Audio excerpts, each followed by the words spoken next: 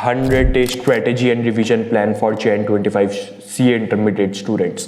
देखो इस वीडियो का पोटेंशियल है तुम्हारा रिजल्ट चेंज करने की। इस वीडियो के अंदर मैं बात करने वाला हूँ बहुत सारे ऐसे पॉइंट्स के बारे में जो मेरे को करंट पता है तुम मिस्टेक करने वाले हो, और आफ्टर एग्जाम तुम्हारे को ये वीडियो तुम चेक करोगे ना, तुम्हारे को पता चलेगा अरे यार ये चीज़ें मैंने कितनी सारी मिस कर दी। इनफैक्ट मैं तुम्हारे को बहुत सारी चीज़ें बताने वाला हूँ इस वीडियो के अंदर, और मेरे को पता है कि तुम्हारे में से बहुत बच्चे इनको फॉलो तक नहीं करेंगे। तो सबसे बेकार तो उनके साथ रहेगा, क्योंकि उनको बाद में पता चलेगा जब उनका एग्जाम हो चुका होगा या फिर एग्जाम आने वाला होगा कि यार स्टार्टिंग में वो चीज़ें कर लेते तो अभी दिक्कत नहीं होती। भाई ये प्रिपरेशन स्ट्रेटेजी की मतलब इसके अंदर मैं बहुत सारी मिस्टेक्स तुम्हारे को बताने वाला हूँ जो तुम लोग करने वाले हो आगे। अपना टाइम बहुत ज़्यादा इससे तुम सेव कर सकते हो, बहुत ज़्यादा, ठीक है ना। तो देखो मेरे को पता है तुमने भी बहुत सारे स्टैंडर्ड अपने माइंड में बना रखे होंगे कि यार इस डेट से पहले अपन को अपना सिलेबस कंप्लीट करना है, रिवीजन करना है। एक बात बताऊं, तुम्हारा सिलेबस है ना चलता ही रहेगा। मैं तुम्हारे को पर्सनल एक्सपीरियंस से बता रहा हूँ और बहुत सारे स्टूडेंट्स को गाइडेंस देने के बाद ये बता रहा हूँ कि सिलेबस अपना टिल एग्जाम्स तक, एग्जाम के 10-15 दिन पहले कंप्लीट होता है, तब चलता रहता है। और अगर तुम जल्दी कंप्लीट करने की कोशिश कर रहे हो ना तो हो सकता है तुम उसकी क्वालिटी ख़राब कर दो। क्वालिटी ख़राब कर दो मतलब भाई सबसे मेन अपना टारगेट बताऊँ क्या है? अपना टारगेट है सिलेबस कंप्लीट नहीं करना। अपन को सिलेबस कंप्लीट करना कोई टारगेट नहीं है। वो चीज़ है कि मैंने अगर 3 चैप्टर पढ़ लिए ना तो वो 3 चैप्टर मुझे आते हैं, ये बात है। अब तुमने मान लो 6 चैप्टर कंप्लीट कर लिए लेकिन तुम्हें 6 में कहीं ना कहीं कुछ आता नहीं है, तो फिर क्या मतलब उसका। अब आईसीआई को भी पता है कि यार बच्चा, उनको पता है पूरा साइकोलॉजी पता है उनको कि यार एक बच्चा पूरा चैप्टर पढ़ रहा है, वो थोड़ा एंड में आके ढीला हो जाता है। भाई बहुत ज़्यादा इंपॉर्टेंट चीज़ होती है ये। इसलिए अगर तुम एक चैप्टर पढ़ रहे हो तो तुम्हारे को उसके सारे पॉइंट्स जो भी तुम्हारे को पता है यार ये याद करना है, वो याद होने चाहिए। जो भी सारे कॉन्सेप्ट्स है, जो मतलब प्रैक्टिकल सब्जेक्ट्स की बात कर रहा हूँ, उसके अंदर जो भी कॉन्सेप्ट्स है सारे तुम्हारे को आने चाहिए। ऐसा नहीं कि यार वो कॉन्सेप्ट मैंने उस चैप्टर में छोड़ रखा है, जैसे अपने पास इन्वेस्टमेंट डिसीजन वाला चैप्टर है उसके अंदर मैंने वो मशीनरी वाला छोड़ रखा है, बाकी सब तो आते हैं। ऐसा नहीं है, मशीनरी वाला भी तुम्हारे को करना है, सारी चीज़ें तुम्हारे को करनी है। उसके बाद तुम्हारा रहेगा कि हाँ चलो भाई आता है। अब देखो सबसे इंपॉर्टेंट चीज़ मैं तुम्हारे को शेयर करता हूँ थ्योरी सब्जेक्ट्स के बारे में, इंक्लूडिंग टैक्सेशन। तुम्हारे को भाई क्या करना है, जैसे तुम एक चैप्टर पढ़ लिए ना, अब तुम कल जब दूसरा चैप्टर उठाओ ना, सबसे पहले आधा घंटा लग जाएगा ज़्यादा से ज़्यादा, लेकिन चैप्टर 1 को रिवाइज करना है। मेरे को पता है तुम्हारे को भी जोर आता है यार मेरे को आगे वाले चैप्टर कंप्लीट करने में, वापस इस पे आ गया। लेकिन मैं गारंटी दे रहा हूँ अभी चैप्टर 1 करने के बाद तुम चैप्टर 2, 3, 4 ऐसे कर लोगे, एक हफ्ते बाद तुम वापस चैप्टर 1 उठाओगे ना, पूरा टाइम तुम्हारे को वापस लगाना पड़ेगा। Same with accounting standards. एक एएस तुमने अच्छे से डिटेल में पढ़ लिया, अब उसके बाद क्या तुम 1-2 हफ्ते बाद उसे उठाओगे, तुम्हारे को कॉन्सेप्ट याद नहीं आएगा, तुम्हारे को वापस जाके देखना पड़ेगा था क्या इसके अंदर। सच बता रहा हूँ बहुत ज़्यादा दिक्कत हो सकती है।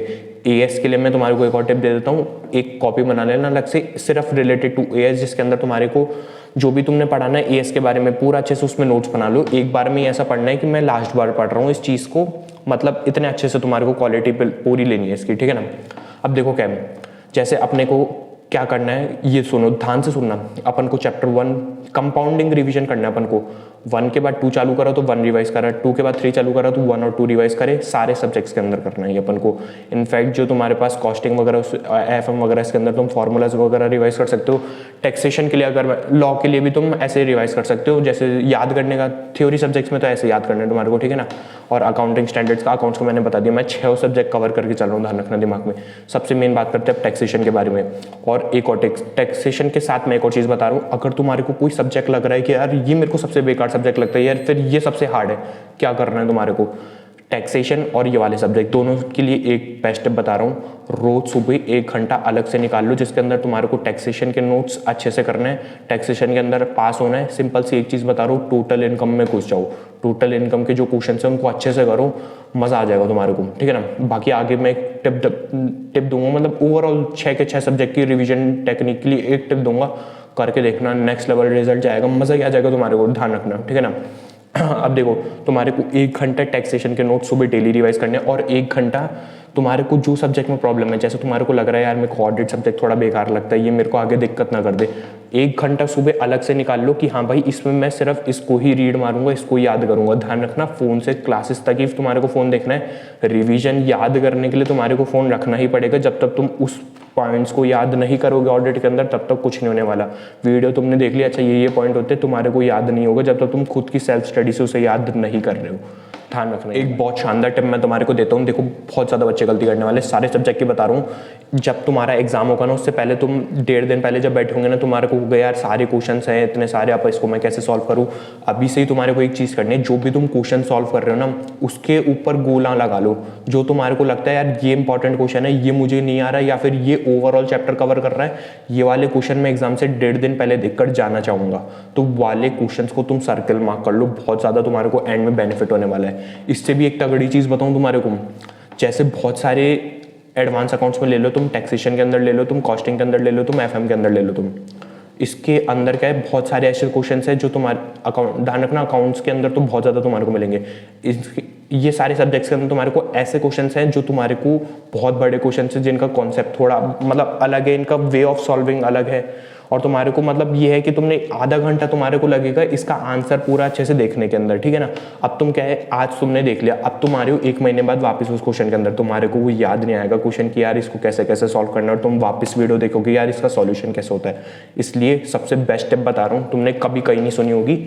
तुम्हारे को क्या करना है, सिंपली वो क्वेश्चन की फोटो खींच के खुद को ही व्हाट्सएप पे भेज देना, और एक वॉइस मैसेज, क्योंकि तुमने अभी आधा घंटा लगा के उसका आंसर पूरा देखा यार ये ऐसे ऐसे सॉल्व होगा, एक वॉइस मैसेज तुम्हारे को वो मतलब तुमने व्हाट्सएप में खुद को भेज दी वो फोटो क्वेश्चन की, और क्वेश्चन में वॉइस मैसेज पे पूरा तुम्हारे को आंसर बोलना है। अब तुम खुद ही दिमाग लगाओ, 1.5 दिन पहले तुम वो वॉइस मैसेज सुन के जा रहे हो, मतलब मेरे पास अभी भी मेरे वॉइस मैसेज पढ़ रहे हो, तुम 1.5 दिन पहले वो वॉइस मैसेज सुन के जा रहे हो पूरा, कि यार ऐसे ऐसे पूरा डिटेल में सॉल्यूशन जो तुमने आधा घंटा लगा के उस टाइम करा। भाई लिटरली बता रहा हूँ, मजा ही आ जाएगा तुम्हारे को। सोचो भाई 1.5 दिन पहले तुम्हारे को एक बड़ा सारा क्वेश्चन पूरा रिवाइज हो गया, और ऐसे तुम सारे सब्जेक्ट के लिए कर सकते हो। अब मैं तुम्हारे को एक खतरनाक रिवीजन टेक्निक बताने वाला हूँ, ये जो फॉलो कर लेना भाई, तुम वीडियो में वापस आके थैंक यू बोल के जाओगे, सच बताऊँ मैं तुम्हारे को। सिंपल है, तुम्हारे को 6 सब्जेक्ट है, तुम्हारे को एक रजिस्टर लेना है। जैसे मान लो 300 पेज का तुमने रजिस्टर लिया, अब तुम्हारे को डिवाइड कर लेना है वो 6 सब्जेक्ट के अंदर। सबसे पहले अपन ने लिख लिया एडवांस अकाउंट्स, उसके बाद 6 अपन को 300 में डिवाइड करना है, तो 51 पेज पे लिख लिया लॉ, ऐसे 101 पे टैक्सेशन, ऐसे तुम्हारे को 6 सब्जेक्ट लिख लेना है। अब क्या करना है तुम्हारे को, कोई भी तुम इलस्ट्रेशन करो, प्रैक्टिकल क्वेश्चन करो, आरटीपी एमटीपी पीवाई की कोई भी पीडीएफ के, तुम कोई भी क्वेश्चन कर रहे हो, कुछ भी कर रहे हो ना, बस कोई भी क्वेश्चन कर रहे हो, दोस्त ने कोई डाउट भेजा, तुम कुछ भी क्वेश्चन सॉल्व कर रहे हो ना, उसके अंदर जो तुम्हारे को चीज़ नहीं आ रही उस पर्टिकुलर सब्जेक्ट में वो लिख लेनी है, उसका सॉल्यूशन लिख लेना है, अपने आप याद आएगा। तुम जैसे देखोगे अरे हाँ यार ये उस टाइम नहीं आया था, अच्छा ये वो लिखा हुआ है। जो तुम्हारे को चीज़ें नहीं आ रही, कुछ ऐसे फॉर्मूलाज है, कुछ ऐसे वर्किंग नोट्स हैं जो तुम्हारे को लगता है, कुछ ऐसी लाइन है कि यार ये बहुत घुमादार है, कोई ऐसा मान लो कोई तुम्हें नए पॉइंट, थ्योरी सब्जेक्ट में बता रहा हूँ, कोई तुम्हें नए 3 पॉइंट दिख गया यार ये तो मैंने पढ़े ही नहीं थे, वो लिख लिए। कोई एमसीक्यू उसका तुम्हारे को लग रहा है यार ये एमसीक्यू इंपॉर्टेंट है, इसका आंसर में को याद रखना, वो लिख लिया। और मतलब जो भी तुम्हारे को इंपॉर्टेंट चीज़ें लग रही है, जो तुम्हारे को नहीं आ रही है भाई, अगर तुम वो लिख लेते हो ना, इनफैक्ट, और तुम 1.5 दिन पहले सोचो उसे रिवाइज करके जाओगे। एक बंदा नॉर्मली क्या है, मॉड्यूल नोट्स रिवाइज करके आ रहा होगा 1.5 दिन में, तुम क्या रिवाइज करके जा रहे हो, जितने भी आज तक तुमने पिछले अटेम्प्ट के क्वेश्चन करे, जितने भी तुमने आज तक क्वेश्चन करे ना, सारे तुम रिवाइज करके जा रहे हो। और तुम्हारा सोचो फिर क्या कॉन्फिडेंस होगा, और तुम जो तुम्हारे को आता है वो तो तुम्हारे को आता है, जो तुम्हारे को नहीं आता वो तुमने सारा रिवाइज कर लिया भाई, और तुमने मॉड्यूल के जो घुमादार क्वेश्चन है उनके सारे का वॉइस मैसेज सुन लिया। इंपॉर्टेंट क्वेश्चन तुमने पहले ही मार्क कर रखे 1.5 दिन में, तुमने सीधा उनको ही पढ़ा। भाई कैसे नहीं होंगे पास, तुम खुद ही बता दो अब तो।